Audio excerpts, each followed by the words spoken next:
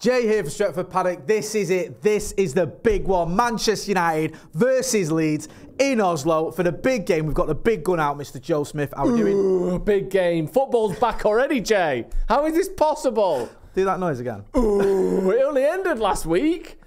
I've only just got over losing to City in the FA Cup final. That doesn't count. Don't count. All right, we all know that doesn't count. No, it does feel weird that, hang on a minute, we've not even had a breather, and already we're playing games, big games as well, against our old enemy, Leeds. We all hate Leeds. Are you excited? Looking forward to this one? Looking, forward to the pre-season tour of the US, which will be on? It's interesting, isn't it? When you play against teams from lower divisions, it can be a tricky one. But I think it's nice to sometimes, do a favour basically to the smaller teams around the country. To the less fortunate. Yeah, obviously they're in the Championship. They're essentially shit. Yeah. So it's nice of Man United to do a bit of like community service almost. It is community service to help Leeds out. So yeah, I think it's a good idea. And it's a good start point. And in all honesty, it's probably good to have a team that aren't great in Leeds, if we're honest, but there'll be maybe slightly bit of a dagger in the air, perhaps, compared to a normal pre-season friendly of the same quality. Must just be horrible being a Leeds fan, waiting for, 16, 17 years to get back into the Premier League, then just getting battered by United almost every time you play them, and then getting relegated. What's all that about? If I didn't dislike him, I'd feel sorry for him. They must be desperate and feel like they deserve one of these big new owners. Do you know what I mean? Because they've been around a long time. They've basically, like Newcastle, Leeds, they're on that sort of, not East Coast, but that part of the country over there where sort of there's nothing really nearby, is there? Yeah. Like Huddersfield and Halifax and all that don't really count. Yeah. Like you're miles away from Sheffield. I just think like they probably thought, we might get taken over by the sound of it, that'd be very good. Yeah. And then they didn't, and they just got relegated instead. Anyway, should we talk about Mason Mount? Yes, we've got a new signing, Mason Mount. Chelsea's greatest ever player has joined us. Around 60 million, 55 million plus 5 million in add-ons. The more I look at this, the more I like it. Because at first, I was a bit underwhelmed by it. I was like, whatever. But Chelsea fans losing their minds and obviously raving about him. The fact that his numbers have been great, apart from last season where it wasn't too clever, but the whole Chelsea squad wasn't too clever. Plus, he's a Champions League winner and he played his part in that Champions League win. Makes a lot of sense. You're looking forward to seeing him playing against dirty Leeds? Absolutely can't wait. I think you look at how City play, and I don't think Ten Hag's trying to copy City necessarily, but he's from a similar sort of Cruyff, Guardiola school of management, isn't he? And I think having players in midfield who can pass the ball, what a novel idea, is literally pretty much the first thing he did when he came in. I think was Eriksen his first signing. If he wasn't the first, he was close to being the first. We got Eriksen on a free. We tried our best to get Frankie de Jong, who is even more of the same. We didn't get him. We got Casemiro, who I think surprised a lot of people in how good he is on the ball. Again, bringing another player in, it looks like it's going to be one of Fred or McTominay or both, who aren't really great on the ball. Very good off it, both of them, but not great on it. You get one of them out, you bring in Mount, who is very good on it. We're making a team where the midfield loves having the ball at their feet and can do a lot with it when they do. That's a really good sign for me.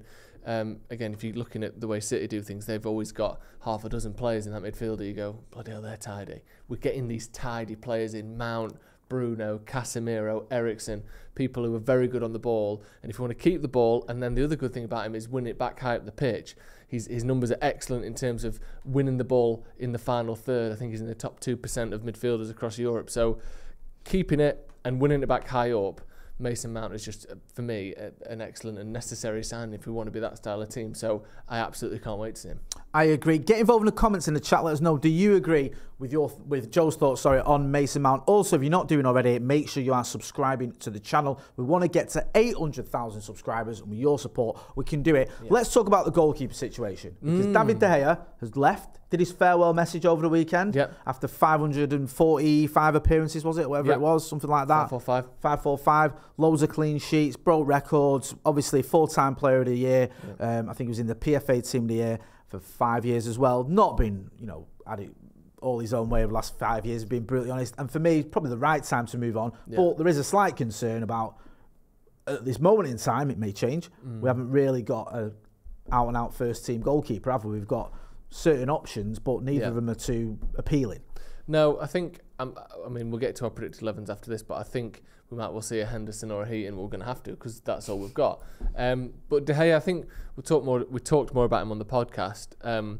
But he is a shame, really, because he's almost a symptom of some of the failings of United over the last 10 years. And not for the entirety of those 10 years, but I just mean giving him that contract 5 years ago that was way too big in comparison to other keepers around the world. It happened to come at a time when, actually, looking back, he never quite hit the peaks of the 3 years before that. So he sort of went up, signed this new contract, and it's been sort of slightly downhill since. And I think a lot of that allows some people to go past the stage of saying, like you did, that it's time for him to move on and this is the right time and his performance has been great, to ridicule and mockery and all that. And I think for a player of his stature and what he's done at United, he does not deserve to be ridiculed and mocked. And you can be frustrated and you can be pissed off and you know all of these things. You can be happy Onana might be coming in, but he's a player that's played. You know, he must be in the top 15 all-time appearance makers for United. I don't know if that's the case, but certainly for goalkeepers, like you said, clean sheets, all that sort of thing, he's right up there.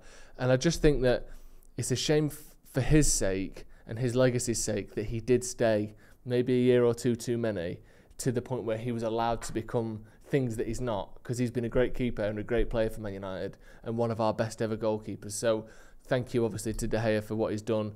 But yeah, I think it's time to move on. But I just don't like that a mixture of giving him a contract he didn't deserve and keeping him slightly too long, that a great player and a great bloke, seemingly, from what we see from the outside, has been allowed to become a bit of a figure of fun, because that's just not fair to what he's done for United. It's really weird with De Gea, isn't it? Because on there's certain aspects, like, you know, won the Golden Glove in his last season, loads of clean sheets, but then there was games where he was pretty woeful, if we're being brutally honest, like Sevilla, Brentford, the FA Cup final, didn't exactly cover himself in glory. It's almost like his form was that of a striker, where he'd have like games where he'd get a goal or whatever, or a clean sheet, and then he'd have these games where he just wasn't at the races at all, and he wasn't, you know, you're like, what is he doing? Which is quite rare for a goalkeeper, to have these sort of peaks and troughs. They're usually pretty steady. And with him, it just seems to be a bit erratic, and that wasn't something you'd ever sort of labelled David De Gea, but now he has moved on. I think it's weird, isn't it? Because at one end you get people absolutely blaming him for any fault that's happened to Manchester United Football Club in the last 12 years,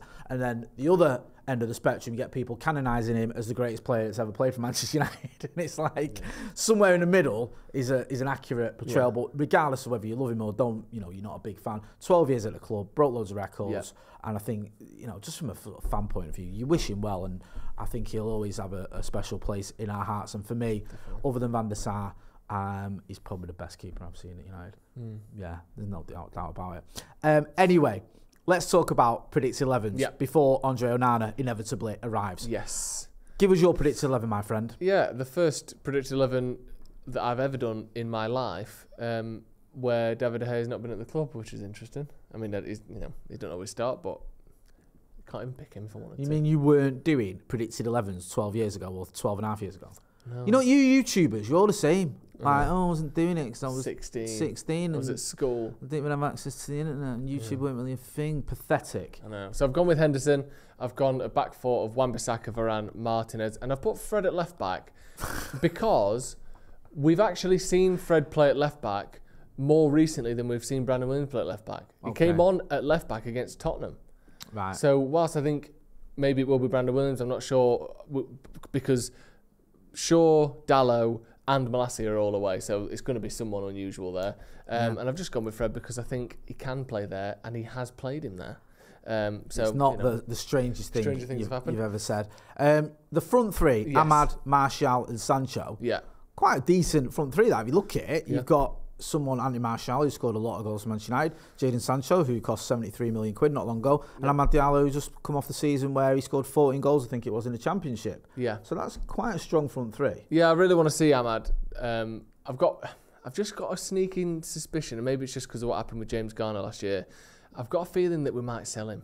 Yeah. I just think that, I know he's had a good season with Sunderland, and was it 13 goals or something, which is good. I thought it was 14, sorry. 14, it might be 13, sorry, I might be getting No, it's okay, wrong. but in that ballpark, which is good, but then it's not like, oh my God, this kid is way too good for the Championship. It's like, you know, we've seen Tom Ince have similar seasons, and I'm not saying he's only ever going to be as good as Tom Ince. I just mean, I wonder if maybe his stock is as high now as it's going to be. And hopefully not, and hopefully pre-season will give him a chance to shine. And the difference is James Garner didn't get a pre-season because he got injured right on the cusp of pre-season. Yeah, he did, he so was hopefully, very unlucky. Yeah, hopefully Ahmad can get some minutes, impress Ten Hag, and really be a starter next season, or certainly in the squad. Martial, I don't even know what to say about Martial anymore. I don't know. Will he be here? Should he be here? Is he only here because we can't find anyone better? Like, we are entering the territory again of, is he going to become a bit of a figure of fun at United? Because when you're only in the team because we can't afford anyone better, that's when you're so open to criticism, it's not even funny. So it feels like the right time for him to move on, but then we've got no strikers, so he has to play. And Sancho, I think he's a sort of season away from that. Yeah. He needs to prove himself this year, and again, nothing like a good pre-season to get you there. If you don't know what to say about Martial, why don't you say something like that's never been said before? Like, he's always fit and he looks absolutely buzzing to be playing for Manchester United Football Club. Yeah, well, let's have a look at your team then, because the less said about Martial, maybe the better. Move on to my team then. Similar-ish, but there's some differences, if that makes any sort of sense. Yeah, I've gone with Tom Heaton, or Tom Heat 1, as Macca likes to call him. Was it McCullough last season who predicted Tom Heaton was going to be our number one goalkeeper? Freddie Quinn that he would be the number one keeper. Well, there's by a Christmas. clash of the Titans, if ever there was one. Yeah. Says it all when you're losing bets to Freddie Quinn.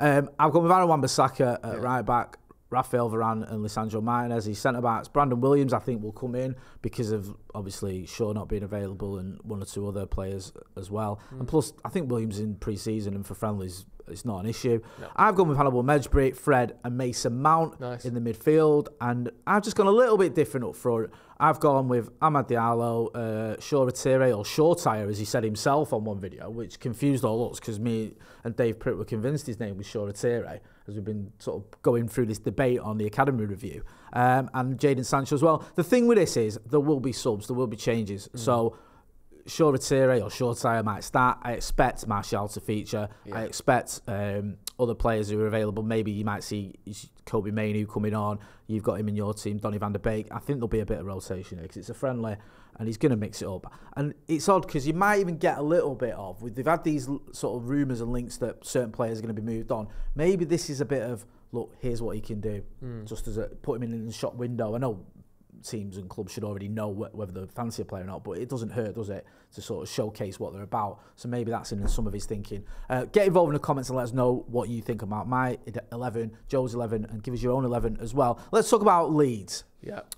Relegated last season, which for me, other than us winning the Carabao Cup and qualifying for the Champions League, was the highlight of the season, seeing them go down. Because, you know, the novelty's wore off of playing Leeds now. New managers come in. Daniel Farke, is that how you say it? Yeah. They've had a few outgoings, few incomings, have they? Oh, no incomings, sorry. Yeah. Few outgoings, no incomings. I mean, what he said about Leeds, Patrick Bamford's probably one of the better known players, but he had a bit of a stink last season, didn't he? Yeah, he did. A lot of injuries. Leeds themselves were utterly dreadful. I think the year before last he got 17 goals, 8 assists in the league, which is very good. Very good. Almost as good as a young Callum Wilson. So that's how you know how good that season was. But then he had a bit of a bizarre analogy. Well, I think Callum Wilson got 17 goals and everyone's talking about him like he's world class, when really he's just Patrick Bamford with less assists. But he's a half decent player, isn't he? He looks like a cricketer. He misses a load of chances. Sounds like a cricketer. He sounds like a cricketer. Yeah. He gets a lot of stick for being middle class, which I think is slightly unfair, but it's also an odd thing that everyone knows that he's middle class. You in like the middle class people's union now? I think he went to private school. Fellow middle class person. I think there's absolutely no comparison in terms of his education and mine, in terms of who's more middle class. But you know, if that is a competition that we need to run, maybe we can put a poll in the comments. But yeah, just for full disclosure, I went to a state-owned secondary school, primary school, and he went to public to be fair, private he did go to that school, and his nanny dropped him off every morning and picked him up in the... Oh, sorry, it was your butler that picked you up in the evening, no, that's Getting incorrect. confused. We actually had a little monorail built from the house to my quarters at the school. Because I say went to that school, I ran it. I actually owned it from a very young age, like a tiny little work boy in a hat like that. Whip them harder! What do you mean corporal punishment's been banned? Daddy wouldn't have taken this. That was me. So I ran that school that Patrick Bamford actually went to. Paid a lot of money for that. But yeah, he's average, isn't he? They're back in Championship. shite, batter them, move on. Nicely put. With all that being said, then, give us your score prediction. Sorry, just taking me back to the good old days there.